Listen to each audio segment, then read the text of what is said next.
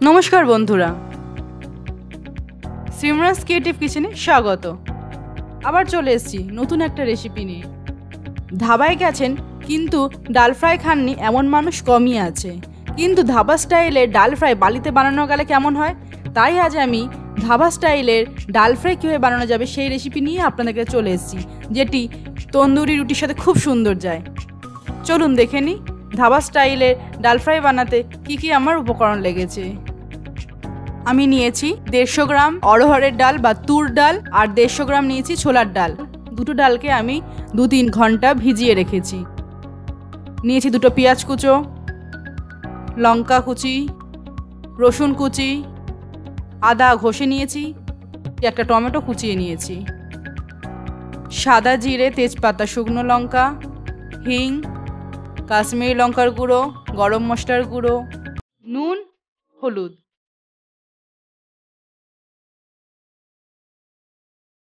Gas on করে pressure cooker বসালাম, দিয়ে দিলাম পরিমাণ মতো জল। আমি 500 মিলিগ্রাম জল দিয়েছি। ভিজিয়ে রাখা অড়হরের ডাল আর ছোলার ডালটা দিয়ে দিলাম।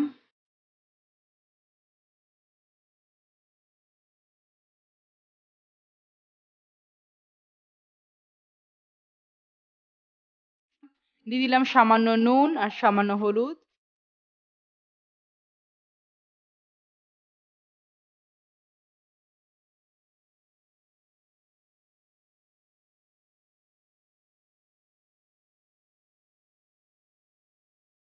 গ্যাস কমিয়ে দুটো সিটি পড়লেই আমরা গ্যাস বন্ধ করে দেবো। ছোলার ডাল বেশি সিদ্ধ করলে গলে যাবে।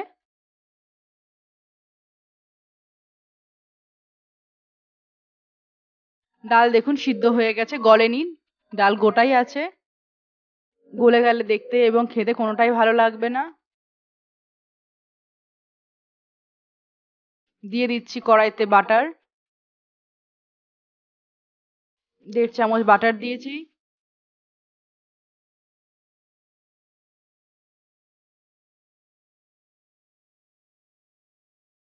দিলাম ঘি 1.5 চামচ। গরম হয়ে গেলে দিয়ে দিচ্ছি সাদা জিরে,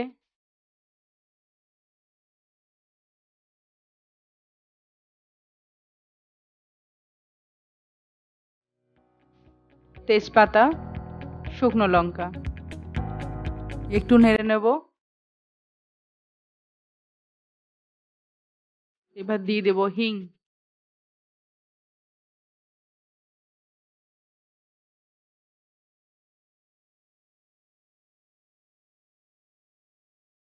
দিয়ে দিচ্ছি কুচিয়ে রাখা পেঁয়াজ।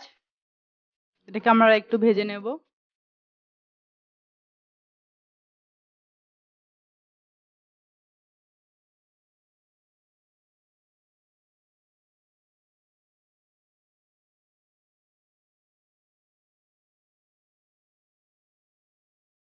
দিলাম অল্প একটু নুন, এতে পেঁয়াজের জলটা ছাড়বে এবং তাড়াতাড়ি পেঁয়াজটা নরম হয়ে যাবে। পেঁয়াজটা সাদা সাদা হয়ে এসছে।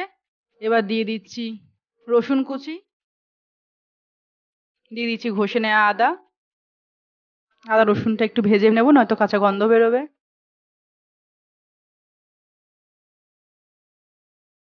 দিয়ে দিলাম লঙ্কা কুচি,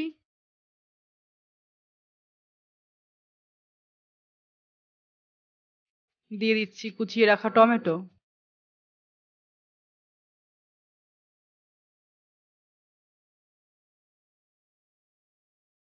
আমি এখানে একটাই লঙ্কা দিয়েছি, আপনারা আপনাদের স্বাদ অনুযায়ী দেবেন। এটা আমি একটু নাড়তে থাকবো টমেটোটা যতক্ষণ না নরম হয়ে আসছে।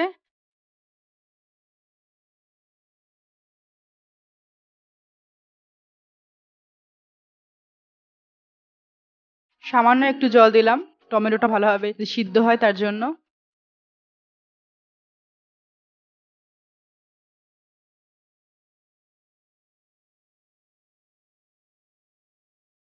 এবার দিয়ে দিচ্ছি হলুদ গুঁড়ো, দিয়ে দিচ্ছি কাশ্মীরি লঙ্কার গুঁড়ো।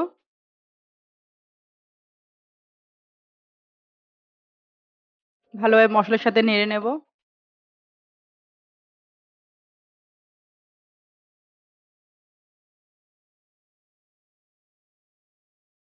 দিয়ে দিচ্ছি সামান্য একটু বাটার, মশলাটা ভালোভাবে কষিয়ে নিচ্ছি, নয়তো কাঁচা গন্ধ বেরোবে। আমরা পুরো রান্নাটাই বাটার দিয়ে করছি এবং বাটারে একটু নুন থাকে, তাই আমি নুন এখানে দিইনি এখন অবধি। নুনটা আমি একটু চেখে নেব, তারপর দেব। আর ডাল সিদ্ধর সময়ও আমি একটু ডালের মধ্যে নুন দিয়েছিলাম। দিলাম সামান্য একটু জল, যাতে তলায় না লেগে যায় তার জন্য।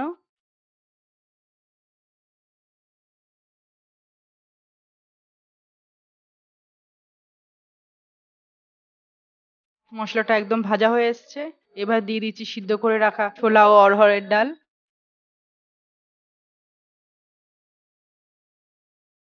এবার ভালোভাবে মশলার সাথে নেড়ে নেব।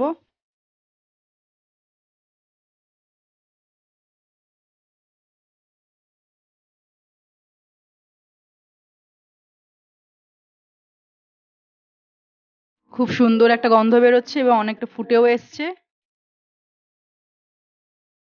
এবার দিয়ে দেব নুন, দিয়ে দিচ্ছি গরম মশলার গুঁড়ো। ভালোভাবে নেড়ে নেব। ডাল ফ্রাইটা যেহেতু মাখা মাখায় খায়, তাই জলটা আমি শুকাবো।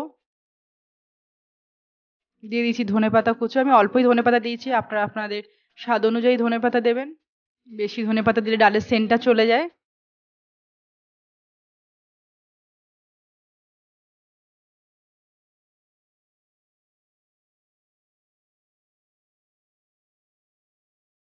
দিয়ে দিলাম সামান্য একটু চিনি।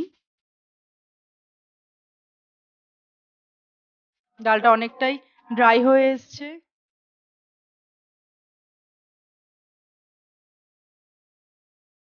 এবার আমি দেব ডালের মধ্যে তড়কা। একটা তড়কা প্যান বসিয়েছি, দিয়ে দিলাম 1.5 চামচ ঘি।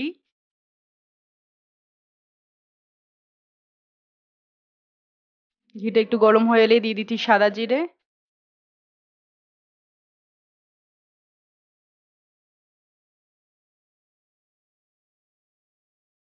শুকনো লঙ্কা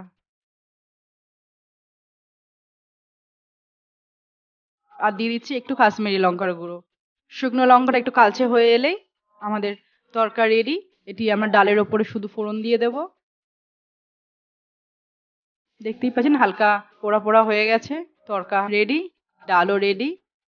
ডালের ওপর তড়কাটা আমরা দিয়ে দিলাম বা ফোড়নটা দিয়ে দিলাম।